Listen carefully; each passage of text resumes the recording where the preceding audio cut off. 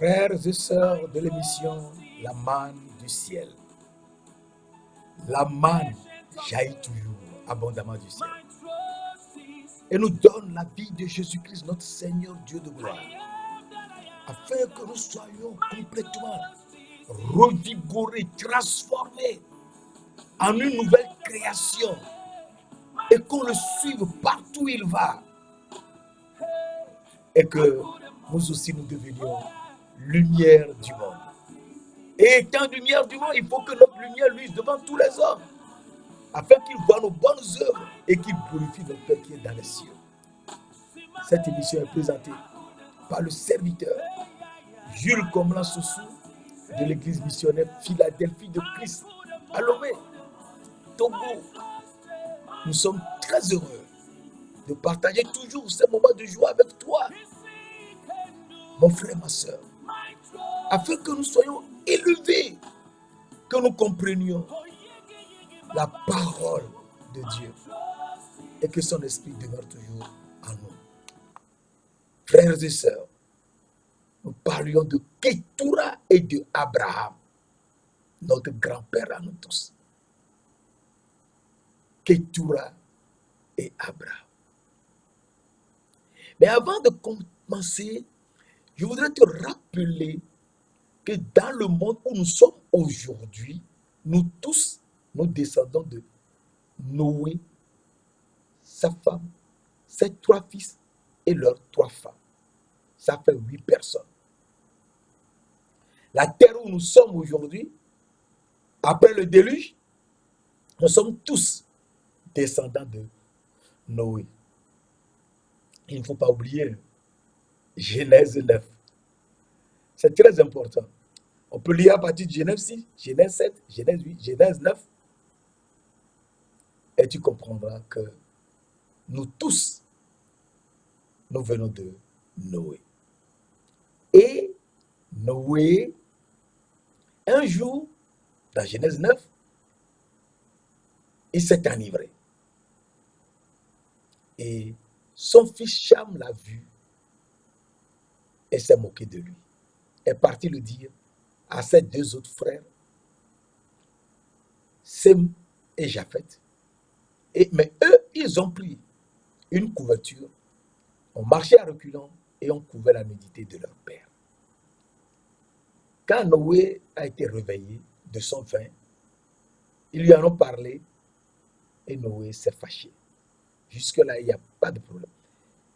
Noé s'est fâché, Noé doit appeler son fils, le réprimander, lui faire comprendre qu'on ne se moque pas de son père. Ce n'est pas bon.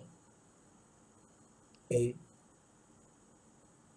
lui montrer que se moquer de son père, c'est très mauvais. Mais Noé n'a pas fait cela. Il est parti maudire le premier fils de Cham, qui est Canaan. Et c'est très mauvais. Il n'a pas le droit de maudire, parce que c'est Dieu qui maudit. Mais s'il veut faire quelque chose, il peut faire des réprimandes à son fils, qui s'appelle Cham. Mais il ne doit même pas le maudire. Mais Noé n'a pas maudit Cham qu'il a vu nu et qui s'est moqué de lui. Il est parti maudire le premier fils de Cham qui s'appelle Canaan. Maudit soit Canaan, tu seras l'esclave des esclaves de tes frères. C'est très mauvais. Genèse 9, verset 25 à 27. Et donc, nous voyons que Dieu n'a pas été content, car Noé a maudit et a maudit son petit-fils qui ne lui a rien fait.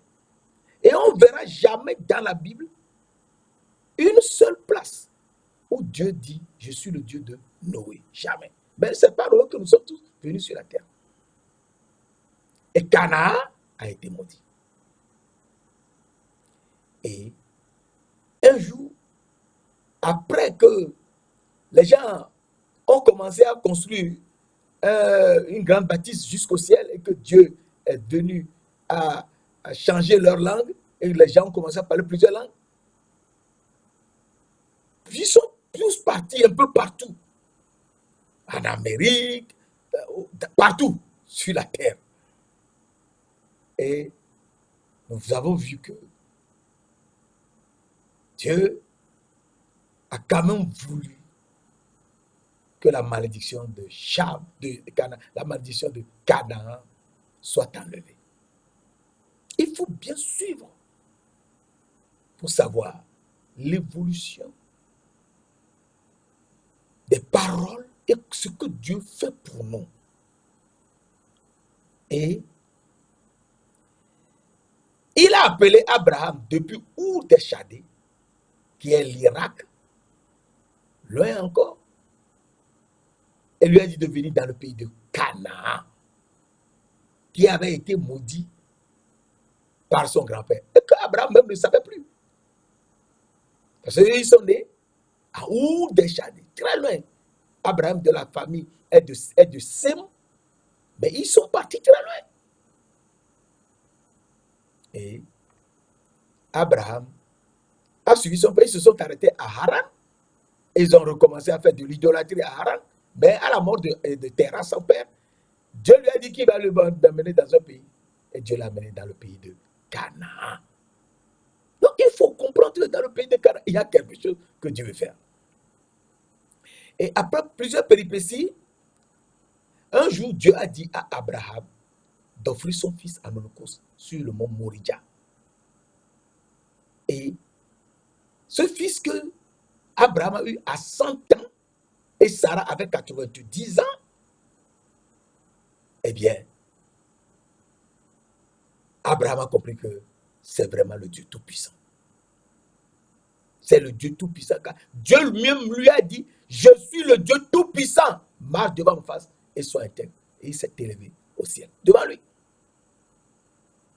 Et donc Abraham a compris que vraiment c'est le Dieu Tout-Puissant. Parce que elle est apparue à lui et il s'est élevé jusqu'au ciel. Genèse 17, verset 1 et verset 22. C'est très important. Genèse 17, verset 1 et verset 22. Et dans le verset 8 à 11, il lui a dit de se circoncire. Tout mâle dans sa maison sera circoncis. Et à partir de là, nous comprenons que Abraham a suivi Dieu. Et Dieu lui a dit, lorsqu'il amenait son fils pour l'Holocauste, que Dieu se pourvoira lui-même de l'agneau pour l'Holocauste. Et sur le mont Moria, avec son fils lui a posé la question. Il a dit, Dieu se pourvoira lui-même de l'agneau pour l'Holocauste. Et ce jour, l'ange de l'Éternel lui a parlé depuis les cieux et lui a dit, parce qu'il a fait cela et qu'il a amené son fils, il a cru en lui. Ah, il faut croire en Dieu. Il faut croire. C'est lui le Dieu tout-puissant. Tout-puissant, il n'y a pas deux. Si nous ne croyons pas en Dieu, en qui croirons-nous? Il est le Dieu tout-puissant. Et l'ange de l'Éternel a appelé depuis les cieux et lui a dit, je sais maintenant que tu crains Dieu et que tu ne m'as pas refusé ton fils, ton unique. Et l'ange qui parle depuis les cieux est donc Dieu. Parce qu'il a dit, tu crains Dieu et que tu ne m'as pas refusé ton fils, ton unique. Et l'ange de l'Éternel lui parla encore depuis les cieux et dit, je le jure par moi-même, parole de l'Éternel. Et donc, l'ange de l'Éternel, qui est Dieu, qui parle depuis les cieux et qui jure par lui-même, est l'Éternel. Et c'est comme ça qu'on connaît Dieu comme étant l'Éternel et qui est l'ange de l'Éternel. Et il leur a offert un bélier et ils ont fait l'Holocauste. Et Dieu, qui est l'ange de l'Éternel et qui est l'Éternel et qui est Dieu, a montré ce lieu à Abraham, que là, lui-même viendra et sera l'agneau pour l'Holocauste, à Moria. Et Abraham a tout fait pour acheter le terrain, il n'arrivait pas. Mais un jour, quand sa femme Sarah était morte, il a demandé au fils de Heth, Ephron, qui est le fils de Toa, de Heth, le Hétien, qui est de Heth, Heth, qui est le fils de Canaan, d'acheter le territoire de Macpéla, qui est à Mandré, vis-à-vis de Mandré, et Heth, Ephron, fils de Toa, le Hétien, a accepté de lui vendre ce territoire. Et Abraham l'a acheté. Et l'ayant acheté, il a enterré là Sarah. Et par la suite, lui-même, quand Sarah était mort, il a pris une autre femme de ce territoire. Parce qu'il est à Canaan.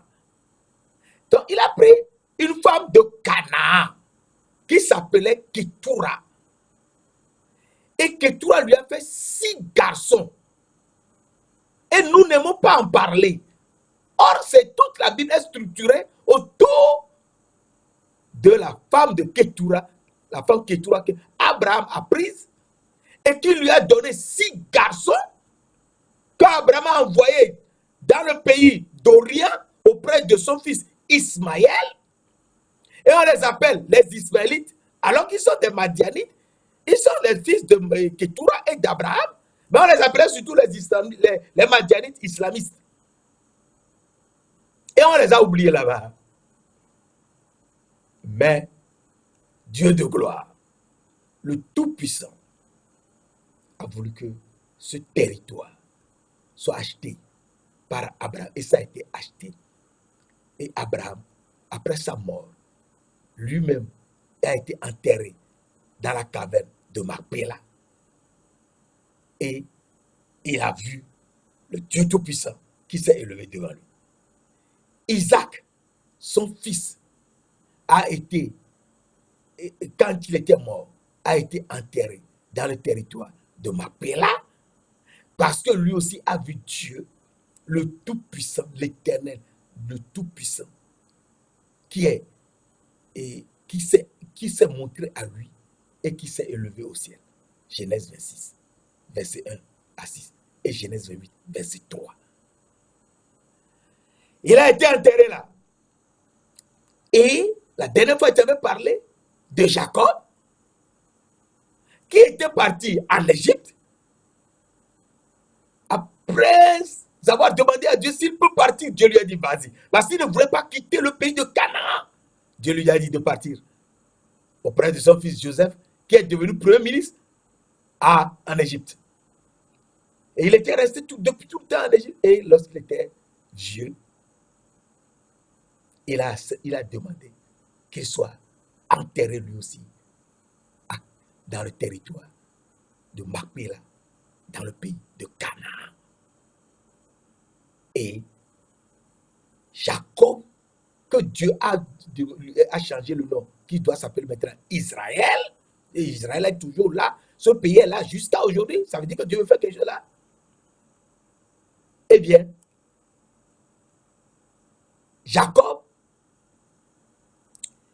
lorsque il était avec son fils en Égypte, à un moment donné, il était suffisamment vieux et il devait mourir. Il a dit quelque chose. Alors je te lis cela rapidement et on avance. Dans Genèse 49, je te relis, je t'avais lu la dernière fois, je te relis afin que on suive la parole de Dieu, qu'on la comprenne et ainsi on est affermi. Genèse 49, verset 29 à 33. Puis Jacob leur donna cet ordre: je vais être recueilli auprès de mon peuple. Enterrez-moi avec mes pères dans la caverne qui est au champ d'Ephron le Hétien. Donc, le Heth, la caverne d'Ephron le Hétien. Heth qui est le fils de Canaan. Genèse 10, verset 15. Canaan a eu 2 enfants. Il a eu, euh, le premier fils s'appelle, je te montre ça rapidement, le premier s'appelle Zidon, merci. Le premier fils s'appelle Zidon et le second s'appelle Heth. Genèse 10, verset 15. Et donc, verset 30, Genèse 49, verset 30, nous le lisons. Puis, il a donné cet ordre, je vais être recueilli auprès de mon père, auprès de mon peuple, enterrez-moi avec mes pères dans la caverne qui est au champ d'Éphron le Héthien. Dans la caverne du champ de Macpéla, vis-à-vis de Mamré, dans le pays de Canaan. C'est le champ qu'Abraham avait acheté d'Éphron le Héthien comme ses propriétés sépulcrales. Là, on a enterré Abraham et Sarah, sa femme. Là, on a enterré Isaac et Rebecca. Le champ et la caverne qui s'y trouvent ont été achetés des fils de Heth. Lorsque Jacob eut achevé de donner ses ordres à ses fils, il retira ses pieds dans le lit et il expira. Il fut recueilli auprès de son peuple. Et donc, nous voyons que lorsque Jacob était mort, eh bien, dans le verset 5, Genèse 50, verset 5, Genèse 50, verset 5, eh bien, Joseph s'est préparé pour aller enterrer son père dans le pays de Canaan. Et c'est très important. Alors nous lisons Genèse 50, verset 5. Mon père m'a fait jurer en disant, voici, je vais mourir. Tu m'enterreras dans le sépulcre que je me suis acheté dans le pays de Canaan. Je voudrais donc y monter pour enterrer mon père et je reviendrai.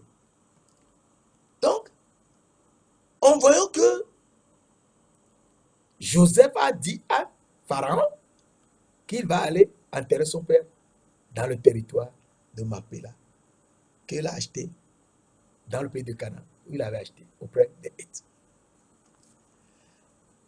Genèse 50, verset 11 à 13.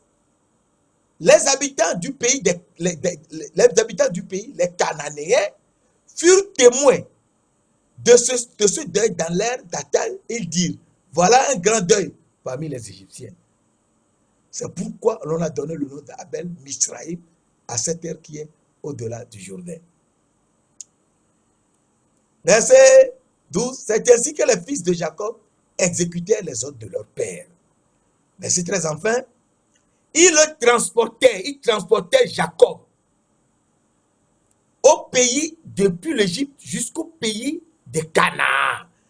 Ils le transportaient au pays de Canaan et l'enterrèrent dans la caverne du champ de Macpéla qu'Abraham avait acheté d'Éphron le Héthien comme propriété sépulcrale qui est vis-à-vis de Mamré. C'est très important de savoir ces choses. Parce que si on ne les connaît pas, et on s'amuse. Oh, il ne faut pas s'amuser. Il ne faut pas s'amuser. Et Jacob a été enterré, lui aussi, dans la caverne de Macpéla.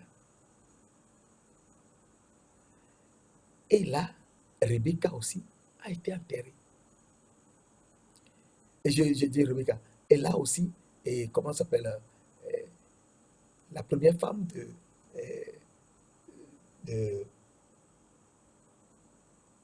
Léa a été enterrée. Oui, merci beaucoup.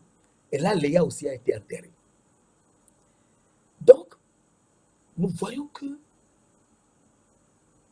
tous les trois à qui Dieu s'est révélé comme étant le Dieu Tout-Puissant et s'est élevé jusqu'au ciel sans les deux personnes. Les trois qui ont compris et ont vu Dieu s'élever au ciel, les trois ont été enterrés dans un même lieu. Afin que les fils de tous les fils d'Abraham, d'Isaac, de Jacob, sache qu'un jour, ils doivent tout faire pour retourner dans le pays où ont été enterrés leurs pères.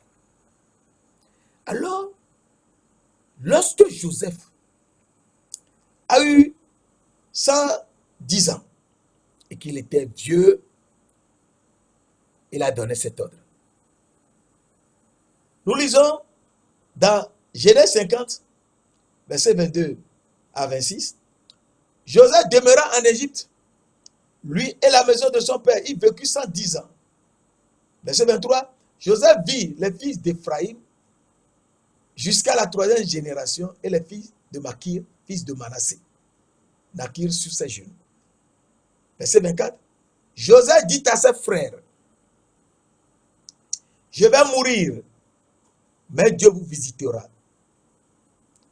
Et il vous fera remonter de ce pays, dans le pays qu'il a juré de donner à Abraham, à Isaac et à Jacob. Dans le pays qu'il a juré, Dieu a juré, qu'il donnera le pays à Abraham, à Isaac et à Jacob, le pays de Canaan. Dieu a juré de donner. Et ce pays s'appelle Israël. C'est toujours là, Israël aujourd'hui. Les gens peuvent tout faire. Israël sera toujours Israël. On peut tout faire. Israël sera toujours Israël. On ne peut pas changer. La parole de Dieu, ce que Dieu a juré de donner à Abraham, Isaac et Jacob, qui peut changer? Personne. Ce n'est pas un politicien qui peut changer l'ordre de Dieu. De faire remonter de ce pays dans le pays qu'il a juré de donner à Abraham, Isaac et à Jacob. Joseph fit jurer les fils d'Israël en disant, Dieu vous visitera et vous ferez remonter mes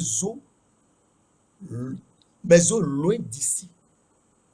Joseph mourut âgé de 110 ans, on l'embauma et on le mit dans un cercueil en Égypte. Et lorsque le moment est venu, et Moïse,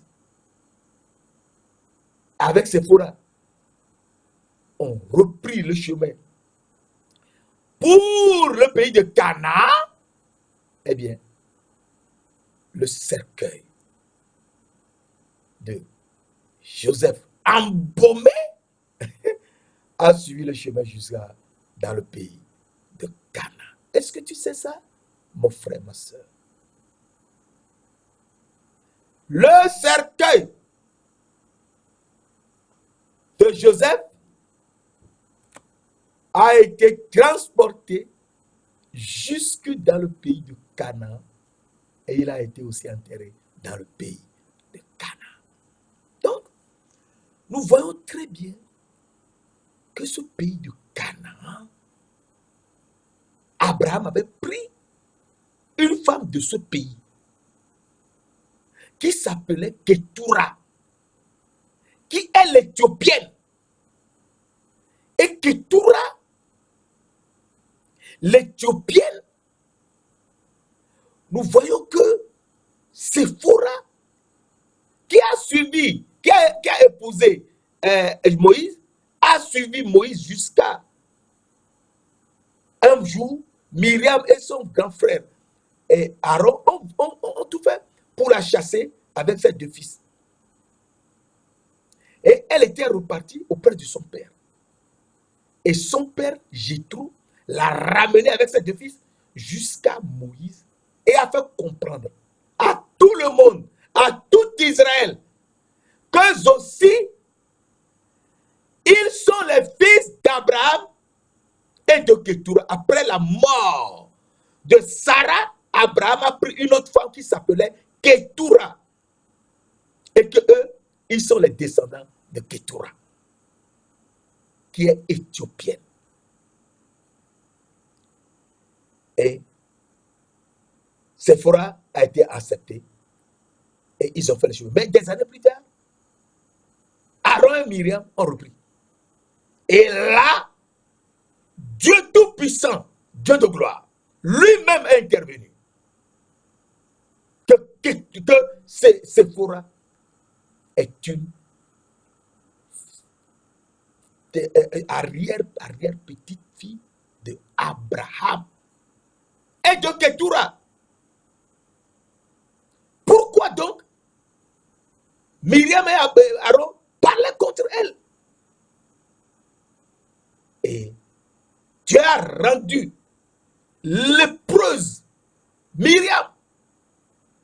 Et tout le monde a commencé à supplier. Moïse a supplié le Seigneur. Et Dieu lui a dit, on n'a qu'à l'enlever, on n'a qu'à rester derrière jusqu'à 7 jours. Et il a guéri. Et 7 jours après, Dieu l'a guéri. Et depuis ce jour, personne n'a plus parlé contre Séphora, l'Éthiopienne. Et on l'a accepté. Et à la mort de Moïse, je t'avais dit la dernière fois, à la mort de Moïse, Séphora et ses 2 fils, Gershom et Eliezer, ils sont partis dans le pays de Canaan, dans le pays de leur grand-mère, l'Éthiopienne. Et je t'avais montré dans certains versets de l'Ancien Testament, bien sûr, et je te l'ai complété, que dans Jérémie 46, verset 9, on a parlé de l'Éthiopie et de Pout. Dans Ézéchiel 30, verset 5, on a parlé de l'Éthiopie et de Pout. Et dans Naoum 3, verset 9, on a parlé de l'Éthiopie et de Pout. C'est qui? Pout, on le connaît. On sait que dans Genèse 10, verset 5, Cham a eu 4 grands garçons. Cham a eu Cush, Mitzraïm, Pout et Canaan.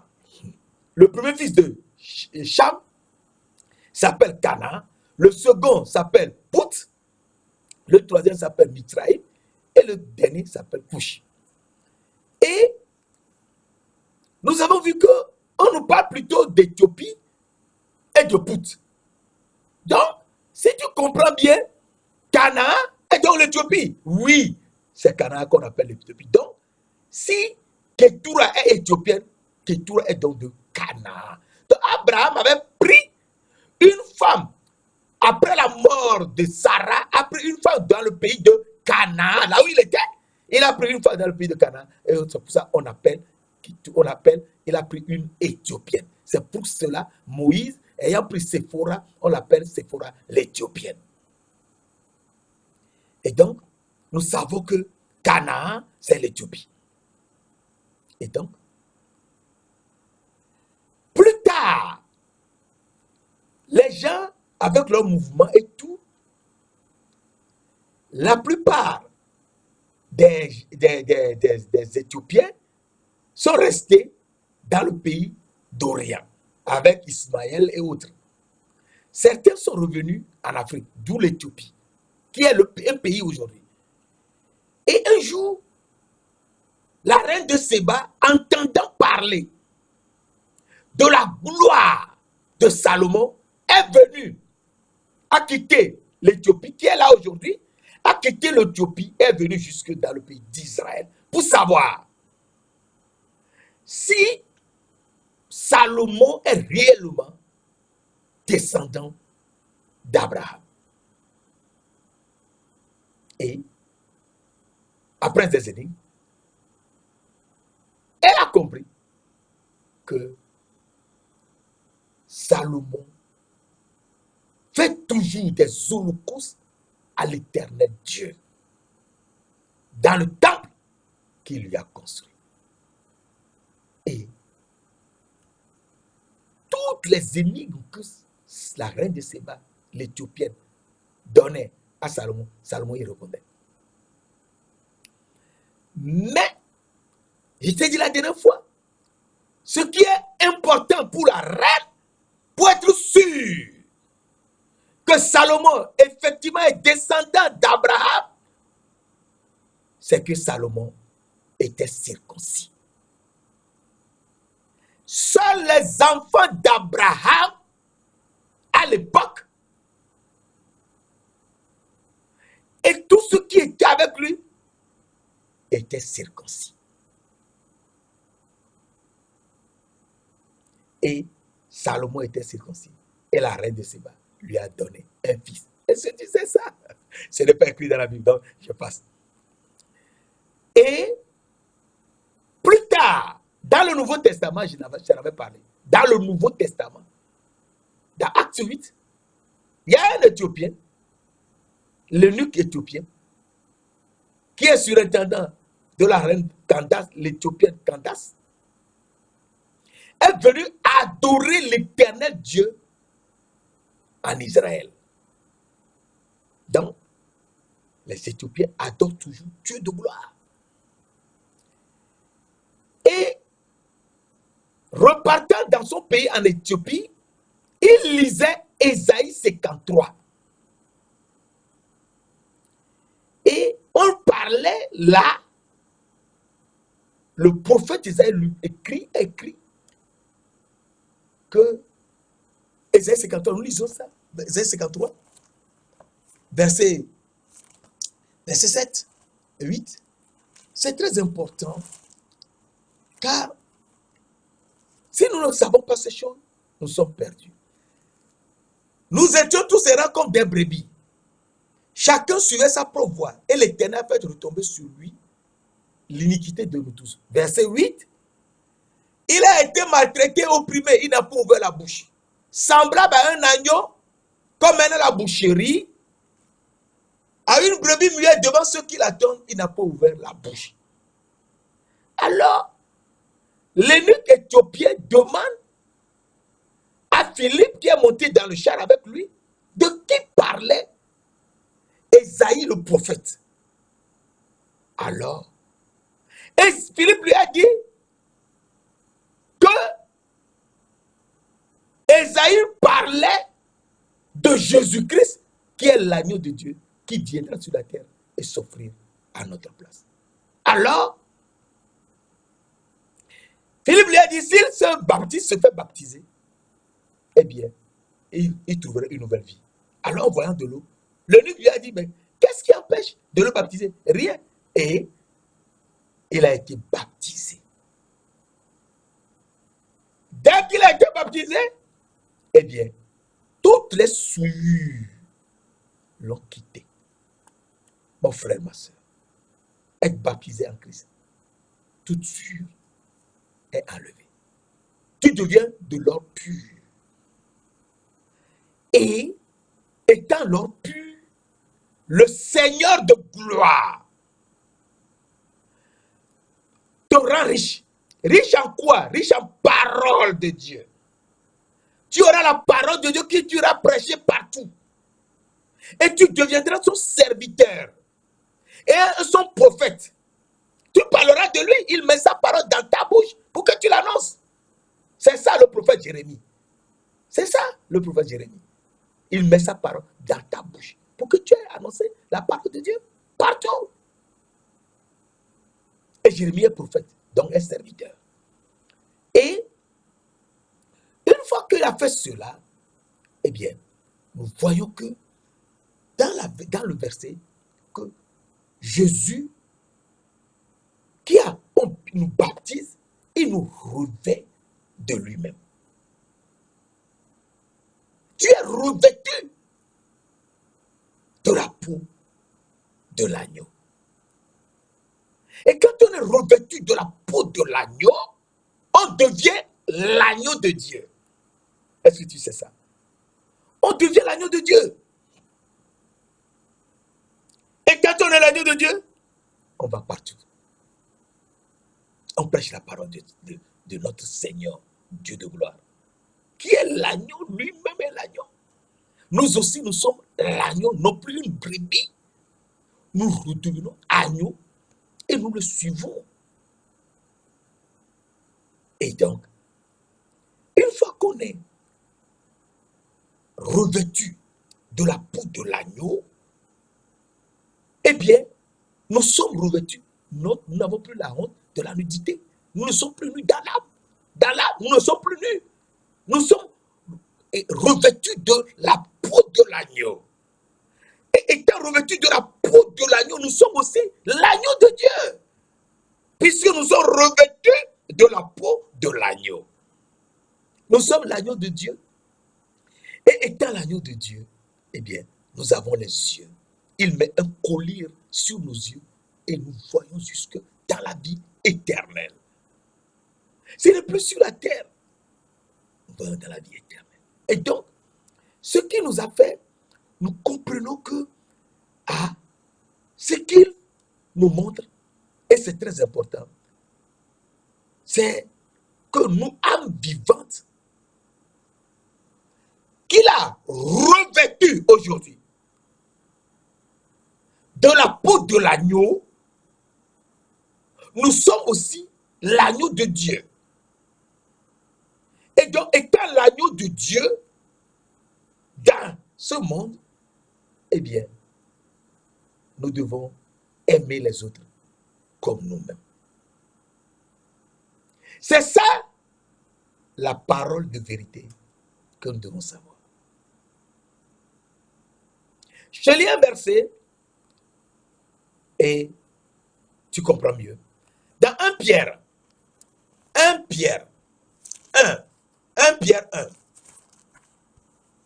verset 18 à 23, c'est très important. 1 Pierre 1, verset 18 à 23.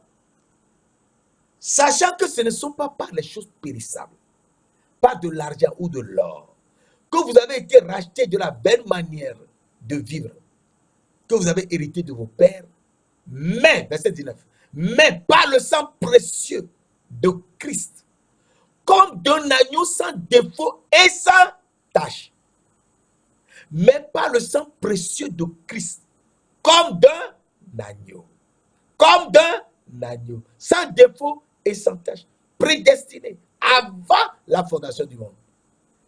Prédestiné avant la fondation, avant que Dieu ne crée les 3 cieux et la terre sur laquelle nous sommes. Avant la fondation du monde, et manifesté à la fin des temps à cause de vous, qui par lui croyez en Dieu, lequel l'a ressuscité des morts et lui a donné la gloire, afin que votre foi et votre espérance reposent sur Dieu. Alors, il a ressuscité des morts. Qui c'était ces morts? C'est très important. Il a ressuscité. Lui, il est ressuscité. Il est visible. Mais les morts étaient invisibles.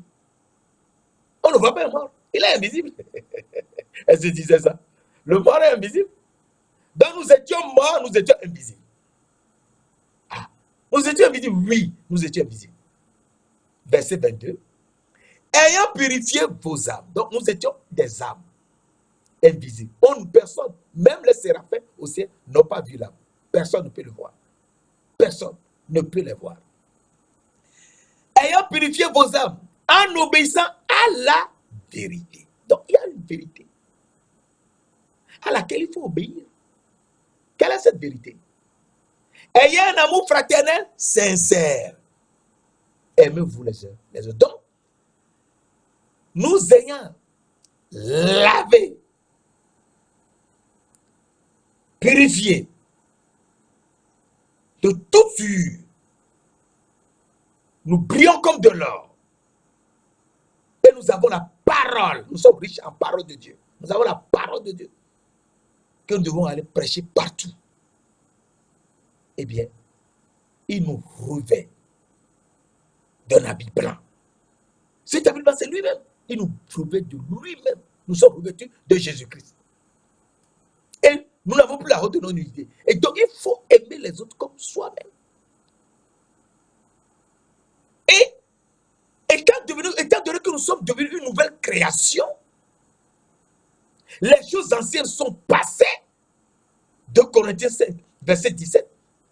Vous êtes une nouvelle création. Les choses anciennes sont passées. Voici, toutes choses sont devenues nouvelles. Et donc, étant devenu une nouvelle création, nous comprenons que nous devons aimer les autres comme nous-mêmes. Ça, c'est un. Maintenant, ça, c'est notre âme. Elle est toujours invisible. Maintenant que Dieu nous a soufflé dans la poussière de la terre, il veut nous montrer quelque chose, que dans la poussière de la terre, où nous sommes visibles, donc nous étions invisibles et maintenant nous sommes visibles. Et nous aurons bientôt une autre émission sur l'invisible et le visible. On comprendra mieux. Et donc maintenant que nous sommes visibles dans la poussière de la terre qui est ce corps, nous devons apprendre une seule chose. Une seule. Et cette seule chose, Jésus-Christ est venu sur la terre pour nous la montrer. Ça se trouve dans Matthieu 6, verset 12. Et dans Matthieu 6, verset 12, qui est très important, et que nous devons, nous, les descendants d'Abraham et de Ketura, l'Éthiopienne, nous devons comprendre. C'est très important. C'est que il faut pardonner aux autres leurs offenses. Matthieu 6. Nous lisons cela dans Matthieu 6. Matthieu 6, verset 12, qui est un verset très important, mais que nous n'aimons plus suivre tellement.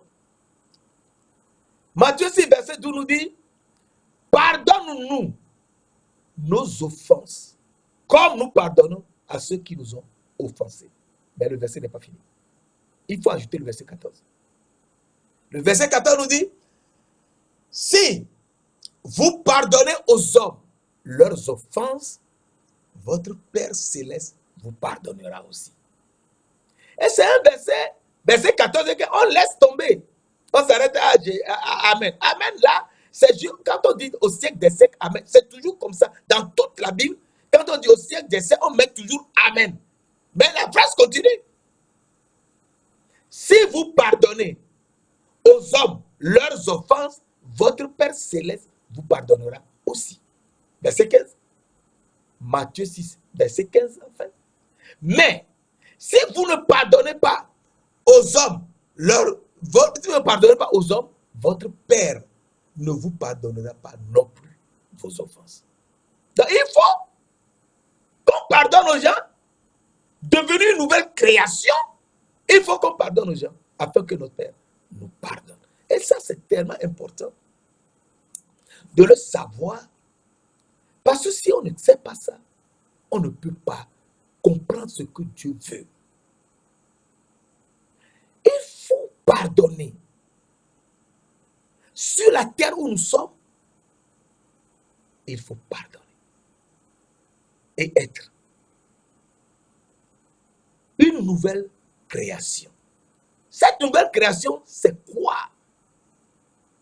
Eh bien, cette nouvelle création, nous en parlerons la prochaine fois et nous comprendrons mieux ce que Dieu veut nous dire à travers le fils de Ketura. Eh bien, cette nouvelle création, c'est que Dieu a dit dans Genèse 1, nous sommes revenus encore dans Genèse, dans l'Ancien Testament, c'est ça. Dans Genèse 1, verset 26, Dieu a dit, faisons l'homme à notre image, virgule, selon notre ressemblance. Donc, Dieu a dit, faisons l'homme à notre image. Donc, il faut que l'homme soit à son image. Selon notre ressemblance. Ça fait le deuxième volet. Alors, dans le verset 27, Genèse 1, verset 27, la parole de Dieu nous dit, Dieu créa l'homme à son image. Quelle est son image? Eh bien, Dieu créa l'homme à son image. Ça veut dire qu'il créa l'homme en tant que fils de l'homme. Est-ce que tu sais ça? Nous sommes les fils de l'homme. Oui, nous sommes les fils de l'homme parce que la parole de Dieu nous dit, dans Jean 3, verset 13, Jean 3, verset 13, qui est un verset très important. Dans Jean 3, verset 13, la parole de Dieu nous dit, personne n'est monté au ciel, si ce n'est celui qui est descendu du ciel, le Fils de l'homme qui est dans le ciel. Donc, il y a un homme dans le ciel. Je te l'avais dit la dernière fois. Le Fils de l'homme qui est dans le ciel. Donc, il y a un homme dans le ciel. Oui, nous sommes les fils de l'homme. Mais il y a un homme dans le ciel. Son fils est venu sur la terre. Et nous aussi, nous sommes fils de l'homme. Dieu a créé l'homme à son Dieu a créé l'homme à son image. Lui-même, il est fils de l'homme. Jésus est le fils de l'homme. Et nous aussi, nous sommes fils de l'homme. Ah, mais oui. Alors, nous lisons dans Jean 1, verset 51. Puis Jésus dit, en vérité, je vous le dis. Jean 1, 51. Jean 1, verset 51. En vérité, je vous le dis. Vous verrez désormais le ciel ouvert. Et les anges de Dieu monter et descendre sur le Fils de l'homme. Ah, le Fils de l'homme, oui. Le Fils de l'homme. Donc Jésus est le Fils de l'homme. Oui, il est le Fils de l'homme. Alors, on se pose la question. Et lui-même, il pose la question un jour. Jésus lui-même pose un jour la question aux gens. Qui dit-on qu'il est lui le Fils de l'homme? Est-ce que tu te rappelles cela? Jean 14, verset 13. À cette nouvelle, Jésus partit de là dans une barque pour se retirer. Matthieu 16, excusez-moi, Matthieu 16, verset 13. Matthieu 16, verset 13. Jésus étant arrivé dans le territoire de Césarée, de Philippe, demanda à ses disciples, qui dit-on que je suis, moi, le Fils de l'homme? Donc, il est le Fils de l'homme, oui. Lui, Jésus, est le Fils de l'homme. Et il nous a fait Fils de l'homme. Est-ce que tu sais ça? Oui. Dans le psaume 8, verset 5 à 7, que je t'ai lu la dernière fois, c'est très important. Qu'est-ce que l'homme? Pour que tu te souviennes de lui. Et le Fils de l'homme, pour que tu prennes garde à lui. Tu l'as fait de peu inférieur à Dieu. Tu l'as couronné de grâce et tu l'as couronné de gloire et de magnificence. Somme, c'est très important. Somme 8, c'est très important. Tu lui as donné la domination sur les œuvres de tes mains. Tu l'as couronné. Tu l'as fait de peu inférieur à Dieu. Tu l'as couronné de gloire et de magnificence. Tu lui as donné la domination sur les œuvres de tes mains. Tu as tout mis sous ses pieds. Somme 8, verset 5 à 7. Donc le Fils de l'homme, dont Dieu prend garde, qu'il a fait de peu inférieur à lui-même, il a couronné de gloire et de magnificence. Et donc, il a tout mis sous ses pieds. Tout est mis sous nos pieds. C'est la vérité. Ce n'est pas je suis riche, je suis cela, non. La parole de Dieu. Il faut avoir la parole de Dieu. Et donc, il nous a créés fils de l'homme. Mais la parole de Dieu nous dit, Dieu créa l'homme à son image.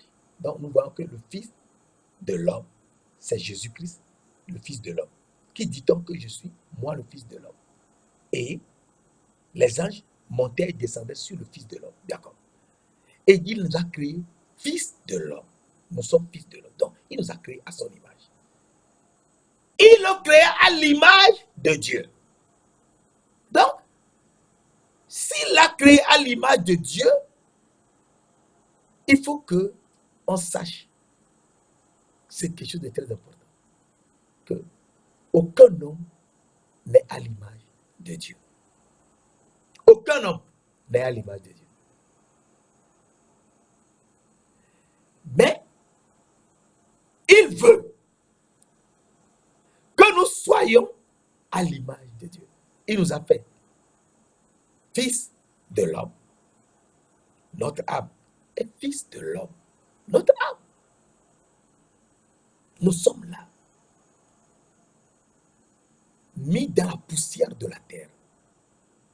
Dieu souffle son esprit avec les âmes invisibles dans la poussière de la terre. Nous sommes dans la poussière de la terre. Notre âme invisible est dans cette poussière de la terre qui est notre corps. Et nous sommes devenus des êtres vivants. Mais celui que tu vois, ce n'est pas moi-même. Ça, c'est la poussière de la terre. Afin que je sache qui est mon Père. Moi-même, je suis dans ce corps. Et donc, à partir de là, il faut que je sache que moi qui suis dans ce corps, je suis âme vivante. Et réhabiliter, il faut que j'ai la parole, la vérité de Dieu. C'est-à-dire d'aimer les autres comme moi-même. Et maintenant que je suis dans ce corps, il faut que j'apprenne à pardonner aux autres leurs offenses. Afin que mon Dieu qui est au ciel me pardonne. Mon Père qui est dans le ciel me pardonne aussi mes offenses. Et à partir de là, il m'a fait comme lui-même. Mais il m'a mis dans la poussière de la terre. Et il me dit d'apprendre à être fils. Dieu créa l'homme à son image. Il le crée à l'image de Dieu. Oh, personne n'est à l'image de Dieu. Il n'y a que Jésus-Christ seul qui est l'image de Dieu. Jésus-Christ seul. Et là, nous lisons rapidement. Dans 2 Corinthiens, ça se trouve dans 2 Corinthiens 4. Dans 2 Corinthiens 4, verset 3-4, nous lisons, si notre évangile est voilé, est encore voilé, il est voilé pour ceux qui périssent, pour les incrédules, dont le Dieu de ces a aveuglé l'intelligence, pour qu'ils ne vissent pas briller la splendeur de la gloire de l'évangile de Christ, qui est la splendeur de l'évangile de la gloire de Christ, qui est l'image de Dieu. Christ est l'image de Dieu. Donc c'est Jésus-Christ qui est l'image de Dieu. Et Jésus-Christ qui est l'image de Dieu, eh bien, il est un avec le Père. Jean 10, verset 30 dit, moi et le Père, nous sommes un.